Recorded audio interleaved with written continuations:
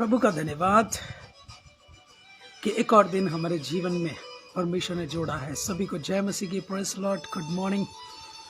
एक और नई सुबह, एक और नया दिन, एक और नए वक्त के साथ जो परमेश्वर के द्वारा नियुक्त किए गए, ठहराए गए, हम परमेश्वर की महिमा कर पा रहे हैं। ये उसकी बड़ी दया है। और जब उसकी बड़ी दया है तो हमारे जीवन से किसी ने हमको खुश रहने के लिए मदद किया या हमारी खुशी का कारण कोई और है। अजीब बात है ना। आज हमारे चेहरे पर मुस्कान और हाथ पैर सलामत, सब कुछ अच्छा या थोड़ा सा बिगड़ा या कमजोरी या लाचारी अवस्था में भी हो तो भी हमारे प्राण शरीर में है, ये किसी की वजह से है, किसी की वजह से है। और जब ये किसी की वजह से है तो हमारा भी कर्तव्य बनता है कि सिर्फ हम अपने आप को प्रसन्न ना करें, औरों की प्रसन्नता के कारण बन जाए। क्योंकि परमेश्वर जिसने मानव जाति को बनाया, रचा और जगह जगह में, अलग अलग जगहों में, अलग अलग परिवारों में, अलग अलग प्लेसेस में रखा है, चाहे वो गांव में हो, शहर में हो या पहाड़ में हो या किसी भी जगह में हो, कोई टापू में हो, हर एक जगह एक मकसद और एक योजना के साथ रखा है। मैं कई ऐसे पहाड़ी इलाके में रहने वाले लोगों को देखता हूं तो जब उनको सुनते हैं तो बहुत अच्छी उनकी एक अलग यूनिक आवाज होती है। और मैं ज़्यादा बातें तो नहीं कर पाया, पर मिला हूं और फिर टीवी प्रोग्राम में सुना हूं उनके, और उनको बोला जाता है कि ये पहाड़ों में रहने वाले, उनकी पहाड़ी आवाज़, ऐसे कई जगह ना परमेश्वर एक मकसद और योजना के साथ हर एक को, हर जगह, हर प्लेस में, हर रीति से जहां जहां उन्होंने चाहा रख दिया है और अपनी महिमा के लिए उनके जीवन से चाहते हैं। आज के मनन के लिए जो वचन है उसी से संबंधित मैं ये बातें कर रहा हूँ। रोमियो की पत्री 15वां अध्याय 1 और 2 पद में इस प्रकार लिखा है, अतः हम बलवानों को चाहिए कि निर्बलों की निर्बलताओं को सहें, ना कि अपने आप को प्रसन्न करें। अपने आप को प्रसन्न करने के लिए किसी निर्बल की निर्बलताओं पर हम नजरअंदाज करके सिर्फ अपने आप को प्रसन्न करें, ऐसा नहीं बोलती बाइबल। हमारे जीवन को इस मकसद से रखा है। मैं क्यों दूसरों को प्रसन्न करने के लिए कार्य करूं? मैं क्यों दूसरों के चेहरों पर खुशी लेकर आऊं? मैं दूसरों के लिए आनंद का कारण क्यों बनूं? ऐसे सारे प्रश्न हर एक के जीवन में होंगे। उनका सीधा सा एक ही उत्तर है, क्योंकि आपको किसी ने खुश रखा है, आपको किसी ने जीवन दिया है, आपको किसी ने प्रसन्न होने का कारण, एक वजह दी है। हमारी प्रसन्नता, हमारी खुशी, हमारी आनंद, हमारी स्वस्थता के पीछे कोई है, वो वजह है। जब वो वजह है तो हम किसी और के लिए वजह क्यों नहीं बन सकते? दूसरे पद में लिखा है इस प्रकार कि हम में से हर एक अपने पड़ोसी को उसकी भलाई के लिए प्रसन्न करे कि उसकी उन्नति हो, उसकी उन्नति हो, उसकी भलाई के लिए प्रसन्न करे। मेरी हो या ना हो किसी मनुष्यों से, पर परमेश्वर ने मेरे साथ भलाइयां कर चुकी है। सुबह एक वचन ऐसा भी है कि प्रति भोर को वो अपनी दया नया कर देता है। प्रति भोर को वो अपनी दया को नया कर देता है। परमेश्वर की एक अद्भुत योजना मेरे और आपके जीवन के प्रति, जब उन्होंने अपनी योजना या अपने उस इच्छा के मुताबिक जो हमारे जीवन के लिए उन्होंने बना कर रखी है, वो प्रतिभोर को नहीं कर देता। मतलब शायद मैं उठूं भी ना तो भी मेरे लिए एक बात इंतजार कर रही होती है कि मेरी आंखें खुले और मेरे लिए वो दया, वो करुणा, वो प्रेम जो परमेश्वर का मेरे प्रति है वो नया हो जाए, पुराना ही ना रहे। मेरी खुशी, मेरी सफलताएं, मेरी उन्नति के लिए जिसके पीछे परमेश्वर काम कर रहा है, तो मैं बहुतों के लिए या अन्य और लोगों के लिए छुड़ौती, आनंद, खुशी और शांति का कारण तो बन ही सकता हूं।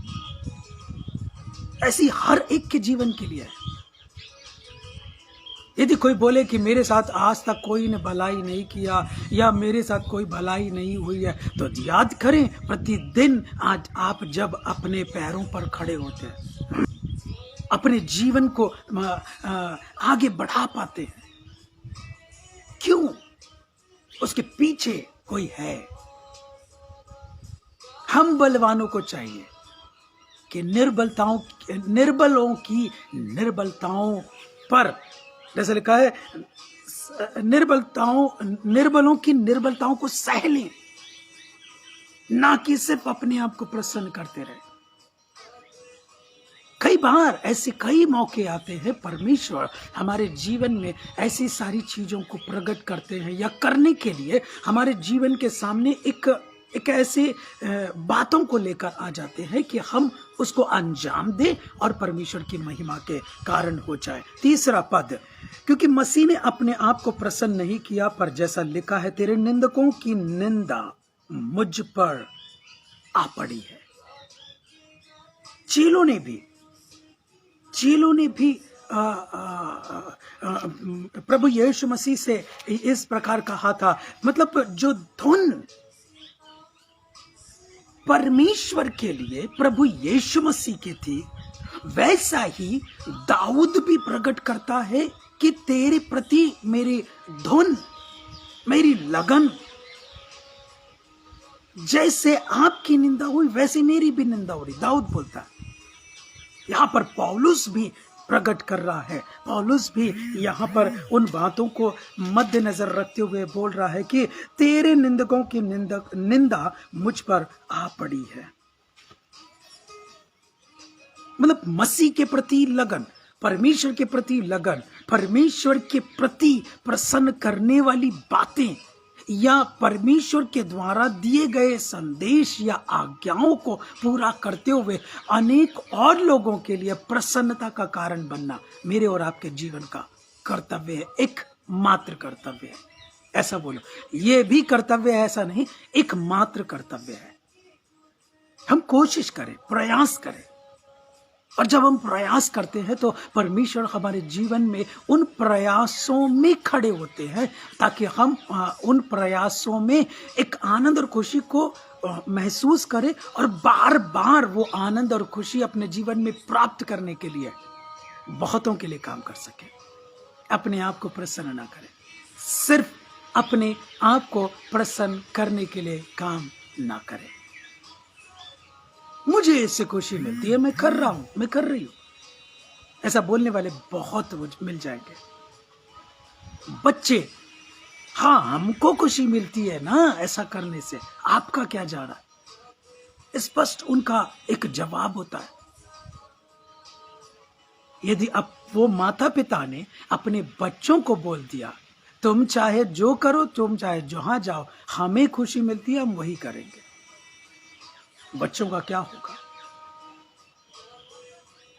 मतलब माता पिता का त्याग बच्चों के प्रति उसी प्रकार जैसे ये संसारिक माता पिता का त्याग है, वैसे ही हमारा स्वर्गीय पिता भी अपने इकलौते पुत्र को इसलिए भेजा था ताकि वो सिर्फ अपने आप को प्रसन्न करने का उदाहरण ना बने, लेकिन दूसरों की प्रसन्नता का कारण बनकर एक अच्छा जीता जागता उदाहरण बन जाए, आदर्श का कारण बन जाए। वो नमूना है, वो आदर्श है। हम भी बहुतों के लिए नमूना और आदर्श का कारण बन जाए, जो अच्छे कार्यों में आगे बढ़े और सिर्फ अपने आप को नहीं, दूसरों की प्रसन्नता का कारण बन जाए। बहुत सारी बातें आ रही हैं, पर मैं यहाँ पर समाप्त करना चाहता हूँ। परमेश्वर की अद्भुत योजना में जब मैं और आप शामिल हो जाते हैं, सिर्फ अपने आप को हम प्रसन्न करने के लिए काम नहीं करेंगे, दूसरों के जीवन को प्रसन्न करने के लिए कई बार अपनी खुशियों को दबा देंगे। हमें ये अच्छा लगता है, पर नहीं, ये उनको अच्छा लगेगा। किसी के घर हम जाते हैं, जो हमको अच्छा लगता है वो लेकर नहीं, जो उनको अच्छा लगता है वो लेकर जाते हैं। आज परमेश्वर भी हमसे यही चाहते हैं। हमको जो अच्छा लगता है वो नहीं, परमेश्वर को जो अच्छा लगता है वो लेकर उसके पास हर समय जाए और परमेश्वर की महिमा के कारण जाए। प्रार्थना करें। धन्यवाद करते हैं परमेश्वर पिता हमारी आंखें खोलने के लिए, हमें ज्ञान बुद्धि समझ से परिपूर्ण करने के लिए। बार बार हमारे जीवन में इन बातों को, अपने वचनों को आप इसलिए आने देते हैं कि हम अंश अंश करके आपके, जैसा कि कुरिन्थियों की मंडली में आया, प्रकट हुआ कि अंश अंश करके उसकी पहचान, उसके प्रगटीकरण और उसके प्रकाशन और उसके प्रकाश में बढ़ते चले जाएं, उनके स्वरूप में बदलते चले जाएं। ऐसा ही जीवन हम चाहते हैं। परमेश्वर आप हमारी मदद करिए। बहुत सारे लोग यदि आज भी अपने आप को प्रसन्न करने के लिए, अपनी खुशियों के लिए काम कर रहे हैं, तो उनके मन को बदलिए, आपकी ओर फेर कर आपको प्रसन्न और लोगों के जीवन की भलाइयों के लिए, उनको प्रसन्न करने के लिए परमेश्वर काम करते हुए उनके जीवन का बचने का कारण, आपके राज्य में शामिल होने का कारण बन जाए। सारा आदर आपको मिले यीशु के नाम से, आमीन। God bless you. Take care. परमेश्वर बहुत आयत की आशीष दे। याद रखें, हमेशा याद रखें, किसी से आप मिलने जाते हैं तो उनकी पसंद का कुछ वस्तु या कुछ चीजें लेकर जाते हैं। तो आज के बाद मैं और आप ये प्रण कर लें, जब भी परमेश्वर के पास जाएं, उसके साथ संगति करें, उससे मुलाकात करें, जो हमको अच्छा लगता है वो नहीं, जो परमेश्वर को अच्छा लगता है वो, सिर्फ अपने आप को प्रसन्न करने का काम ना करें। God bless you. Take care. Have a nice day.